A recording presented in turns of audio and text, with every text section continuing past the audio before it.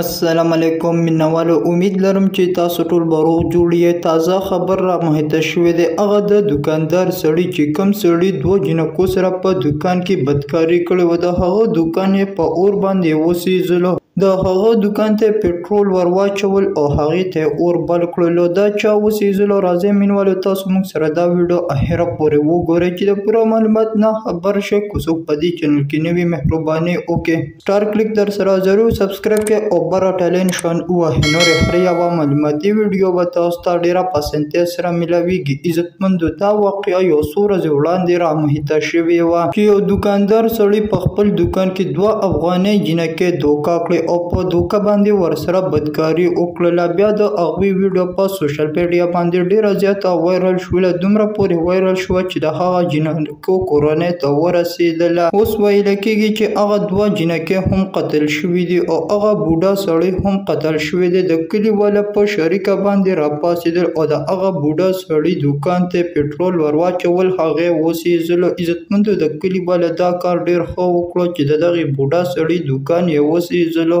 د دې بوډا سړي په دکان کې دا لومبني ځل باندې بدکاري نه ده بلکې د نورو جنکو سره هم په دغه دکان کې بدکاري کړې ده هغوی نه ویډیوګانې کړې دي د حساب له دوی چې کله دوی 2 جنکو سره بدکاري وکړه د هغوی ویډیو په سوشل میډیا باندې اپلوډ کړه او هغه ډیره زیاته وایرل شوله